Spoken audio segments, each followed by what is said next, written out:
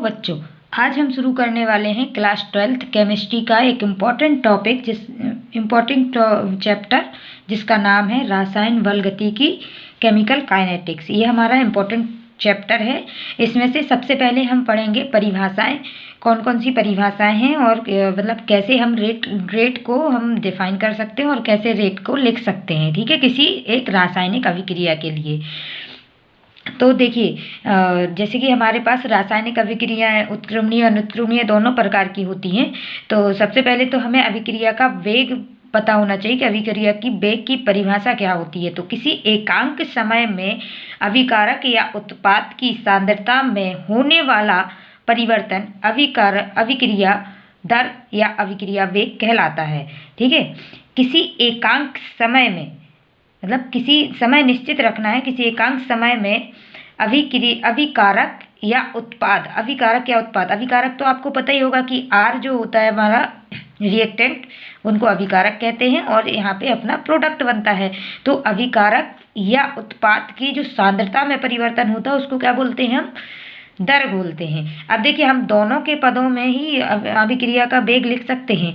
तो हमने यहाँ दोनों टाइप से लिख के दिखाया है, हम दिखा देते हैं कि वेग, अभिक्रिया का वेग अभिकारक के विलुप्त होने पर, जब अभिकारक विलुप्त हो रहा है तब अभिक्रिया का वेग क्या होगा, मतलब हम अभिकारक के रूप में कैसे वेग को प्रदर्शित कर सकते हैं, ठीक है। तो इसके लिए हम लिख सकते हैं, क्योंकि देखिए विलुप्त हो रहा है इसलिए यहाँ पे क्या आएगा, माइनस। तो माइनस लगाना नहीं भूलना है अपन को, जब भी हम अभिक्रिया का वेग लिख रहे हैं किसके पदों में, अभिकारक के पदों में, तो माइनस तो हमें जरूर लगाना है। तो यहाँ पे आ जाएगा del R concentrate upon del T, ठीक है। सांद्रता R की सांद्रता में परिवर्तन हो रहा है इसलिए यहाँ जो निशान आ रहा है ना, ये सांद्रता के लिए ही आता है।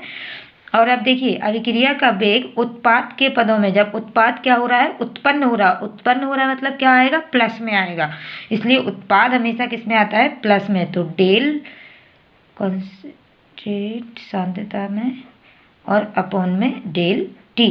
तो ये हो गया अपना किसके लिए, किसके पदों में, जब हमारा उत्पाद बढ़ रहा है, उत्पाद उत्पन्न हो रहा है, तब हमारा रेट हम उससे कैसे निकाल सकते हैं, इससे। मतलब देखिए, अगर हमें किसी अभिक्रिया का दर निकालना है तो हम ऐसे भी निकाल सकते हैं और इससे भी निकाल सकते हैं, दोनों समीकरण से निकाल सकते हैं, ठीक है। अब इसका मात्रक जो होता है रेट का, क्या होता है, दर का मात्रक, इसके लिए मात्रक होता है अपना मोल पर लीटर पर सेकेंड, मोल पर लीटर पर सेकेंड, तो पर लीटर सेकेंड। तो ऐसे इसको ऐसे भी लिख सकते हैं, मोल पर लीटर पर सेकेंड, ठीक है। तो ये हमारा मात्रक हो गया किसके लिए, अभिक्रिया की दर के लिए।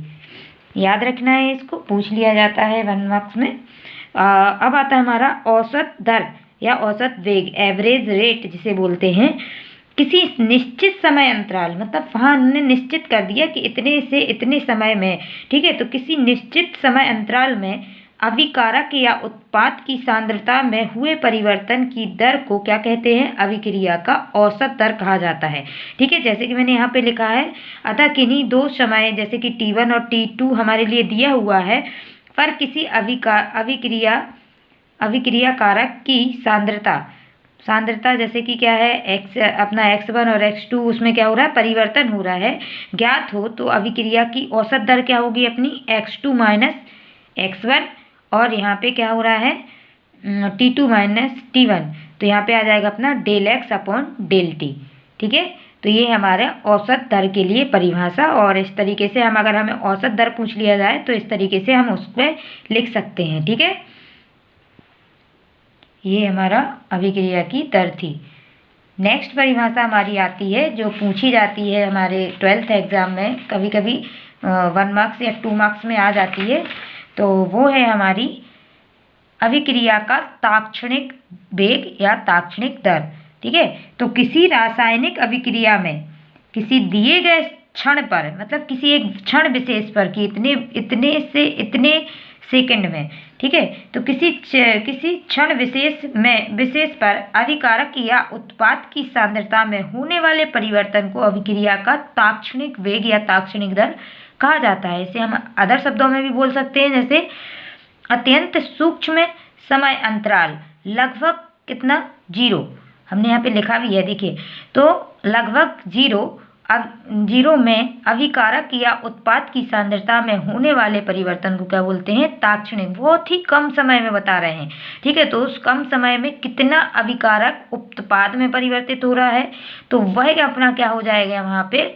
अभिक्रिया की ताक्षणिक दर हो जाएगी। जब हम वहाँ पे निकालेंगे तो अभिक्रिया की ताक्षणिक दर को हम इस प्रकार से प्रदर्शित कर सकते हैं, ठीक है। अब यदि हमें क्या करना है, किसी अभिक्रिया का क्या लिखना है? दर लिखना है। तो अभिक्रिया की दर के लिए भी हम पढ़ चुके हैं, तो दर लिखना है। तो यहाँ पे देखिए हमने क्या लिखी है, एक अभिक्रिया लिखी है 2s 3r प्लस O से हमारा क्या बन रहा है? 4RO 3RS। इस टाइप से हमारी ये क्या है? रिएक्शन, कुछ भी रिएक्शन है तो वहाँ पे हमारी ये रिएक्शन दी हुई है। एक चीज़ और देखिए, हमने ये जो अभिक्रिया लिखी है और ये जो आगे नंबर्स लिखे हैं, इनको क्या बोला जाता है? रस समीकरण मितीय गुणांक बोला जाता है। तो ये जो नंबर्स लिखे हैं इनको क्या बोला जाता है? रस समीकरण मितीय गुणांक। हम यहाँ लिख देते हैं रस समीकरण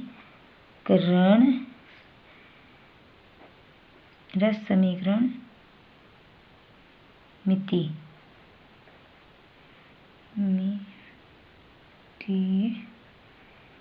गुणांक, ठीक है। रस समीकरण मितीय गुणांक कहा जाता है इनको। तो ये अपने रस समीकरण मितीय गुणांक है। तो और इनको जब अपन वेग में लिखते हैं तो इसका अपन भाग देते हैं, हम लिख के बता रहे हैं अभी। तो देखिए हमें यहाँ पे इस अभिक्रिया का वेग हम इससे भी लिख सकते हैं, एस से भी लिख सकते हैं, आर से भी लिख सकते हैं, ओ से भी लिख सकते हैं। ये अभिकारक हैं, प्रत्येक एक अभिकारक से हम पूरी अभिक्रिया के वेग को प्रदर्शित कर सकते हैं। उत्पाद से भी कर सकते हैं, तो हम सभी से लिख के बता देते हैं यहाँ पे। जैसे हम एस से लिखेंगे तो वेग बराबर अपना क्या हो जाएगा? एस ds अपॉन dt, ठीक है। ये हो जाएगा अपना किसके लिए? एक समय अंतराल में। और रस समीकरण मिति का हमने पहले भी बोला था क्या करना है? यहाँ पे भाग देना है। तो इस तरीके से हम रस समीकरण मिति के 1/2 से गुणा कर देंगे। क्यों? यहाँ पे 2 है तो ये हमारा क्या हो जाएगा? किसके पदों में? एस के पदों में हम यहाँ पे वेग निकाल सकते हैं। सॉरी, वेग लिखना था, यहाँ पे वेग लिख दिया। वेग या दर, अभिक्रिया की दर, ठीक है। अभी और हम जैसे अगर आगे रेट और निकालना चाहते हैं, रेट भी लिखते हैं इसे इंग्लिश में, तो सभी के लिए और करके लगा देते हैं कि ऐसे भी निकाल सकते हैं, इससे भी निकाल सकते हैं। तो यहाँ पे हो जाएगा R dt, ठीक है। और यहाँ पे अपना रस समीकरण मिति क्या है? 3, तो यहाँ पे हो जाएगा 1/3। अब हम O से निकालें अगर, तो और कर देते हैं कि हम इससे ऐसे भी निकाल सकते हैं। तो यहाँ पे आ जाएगा O d अपॉन dt। और यहाँ पे हमारा समीकरण मिति गुणांक क्या है? 1 है। तो 1/1 का अपन क्या कर देंगे? यहाँ पे गुणा कर देंगे। अब देखिए जैसे हमने ये किस में कर दिया? अभिकारकों के में।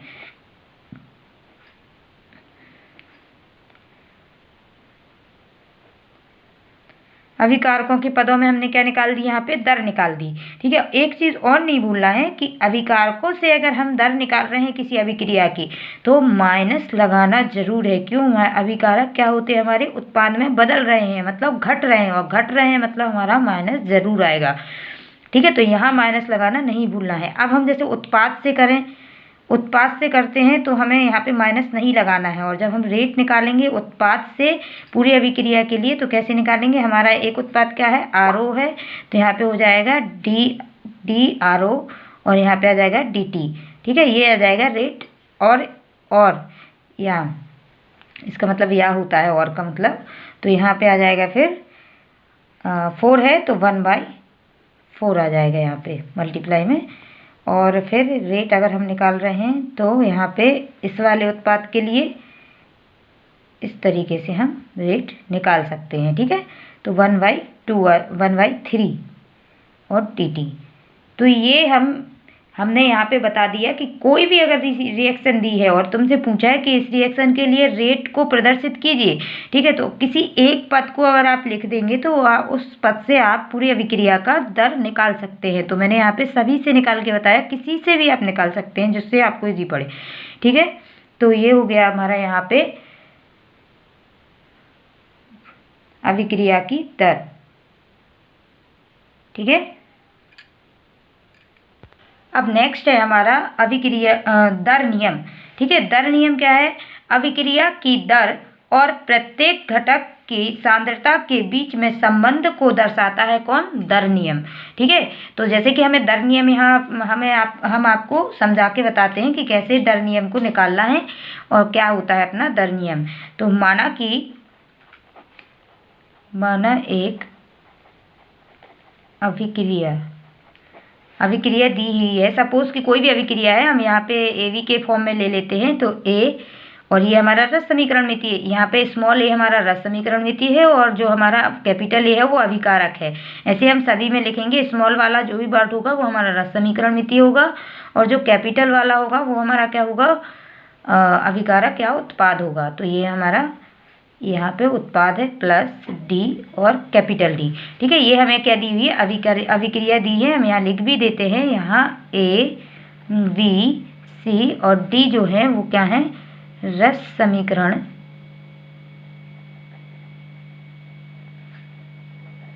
मितीय गुणांक हैं। ठीक है, इस नियम के अनुसार, किस नियम के अनुसार? दर नियम के अनुसार। दर नियम क्या बोलता है? संबंध बताता है किस किस के बीच में?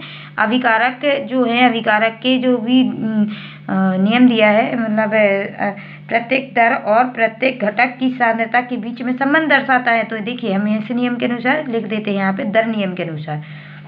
दर नियम के अनुसार क्या होता है? रेट अनुक्रमानुपाती किसका होता है? जो भी हमारे अभिकारक है और उसके ऊपर x और क्या आ जाएगा यहाँ पे? b y। और जहाँ पे जो अपने x और y क्या है? x तथा y, जो x और y हैं वो क्या है हमारे? उसकी कोटि अभिक्रिया के लिए क्या है? इन दोनों का जो प्लस होता है वो अभिक्रिया की कोटि। ठीक है, तो जो अपने x और y हैं वो प्लस होके क्या बनाते हैं? अभिक्रिया की कोटि। ये दोनों को क्या बनाते हैं? अभिक्रिया की कोटि। जो ए और बी से इनका कोई संबंध नहीं है, तो हम यहाँ पे लिख देते हैं एक्स और वाई का ए बी से कोई संबंध नहीं है। ये आपको बताने के लिए याद रखना है कि जो x और y है, ये इनका निर्धारण जो है वो प्रायोगिक निर्धारण होता है। ये a और b जो हमारे रस समीकरण मितीय गुणांक है और x और y क्या होते हैं? प्लस में अभिक्रिया की कोटि होती है। अभी हम अभिक्रिया की कोटि की परिभाषा भी आपको बता दूंगी। तो x प्लस y मिलके क्या बनाते हैं? n बनाते हैं। n जो हमारी क्या होती है? अभिक्रिया की कोटि। अभिक्रिया की कोटि। ठीक है, और ये जो हमारा हमने लिखा है ये क्या है? हमारा दर नियम। इसको हम मतलब और आगे कर सकते हैं कि जैसे हम अनुक्रमानुपाती हटाएंगे तो यहाँ पे क्या आ जाएगा? इक्वल टू में k x b y। ये है हमारा रेट लॉ, दर नियम। ठीक है, तो यहाँ पे हम लिख देंगे रेट लॉ। ठीक है, दर नियम। ठीक है, जहाँ पर अपना जो k है, k क्या है? अपना रेट कांस्टेंट है, रेट कांस्टेंट या दर स्थिरांक। ओके, ये हो गया हमारा दर नियम यहाँ कंप्लीट। ये दर नियम को हम यहाँ तक करना है। यहाँ पे ये दर नियम नहीं, यहाँ पे ये दर नियम कंप्लीट होता है। ठीक है, अब हम यहाँ पे क्या करेंगे? अभिक्रिया की कोटि को भी बता देते हैं। हमने यहाँ पे चर्चा की थी ना अभिक्रिया की कोटि के बारे में, तो परिभाषा भी लिख लेते हैं हम अभिक्रिया की कोटि की।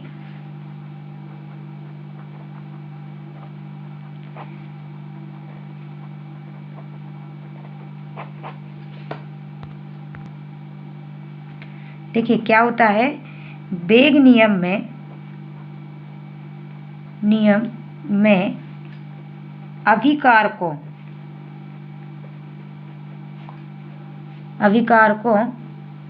की घातों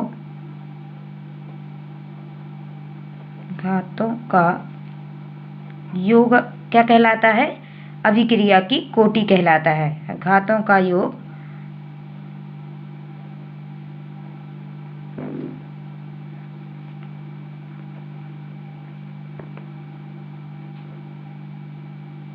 ठीक है।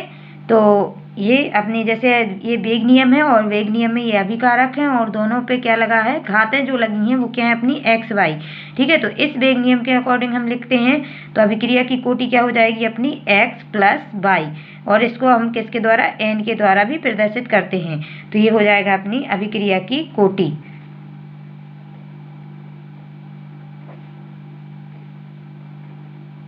अभिक्रिया की कोटि क्या हो जाएगी, एक्स प्लस वाई या एन।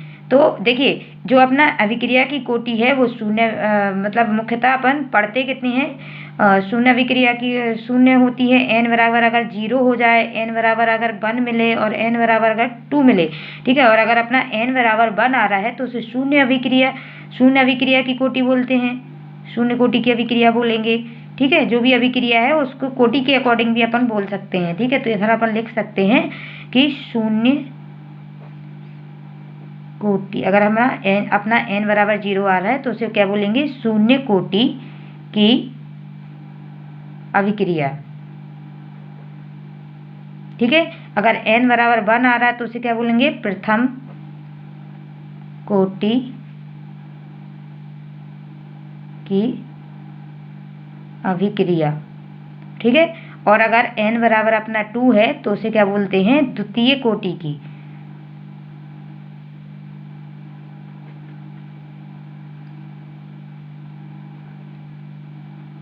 ठीक है, तो ये हम यहाँ पे कोटि, अब प्रथम कोटि की अभिक्रिया और द्वितीय कोटि की अभिक्रिया नेक्स्ट वीडियो में आपको उसका जो समीकरण है वो अवकलित करना दिखाएंगे। ठीक है, तो अभी आप इतना पढ़ लिए, परिभाषा याद कीजिए और बाकी सब ये दर नियम को भी अच्छे से पढ़िए। ओके, ये है अपनी अभिक्रिया की कोटि, और x प्लस वाई एन अगर शून्य है तो शून्य कोटि की अभिक्रिया, 1 आ रहा है अगर n बराबर तो प्रथम कोटि की अभिक्रिया, और n बराबर अगर 2 आ रहा है तो द्वितीय कोटि की अभिक्रिया। ठीक है।